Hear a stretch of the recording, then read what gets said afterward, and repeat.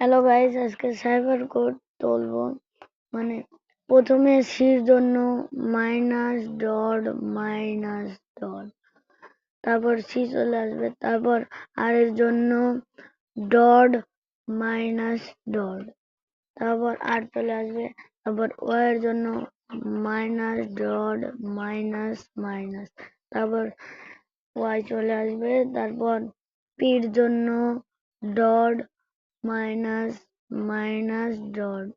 তারপর পি চলে আসবে, তারপর টির জন্য শুধু মাইনাস, তারপর ওর জন্য 3টা মাইনাস, 1 2 3, তারপর আপনারা সাইবার কোড তুলে নিতে পারবেন।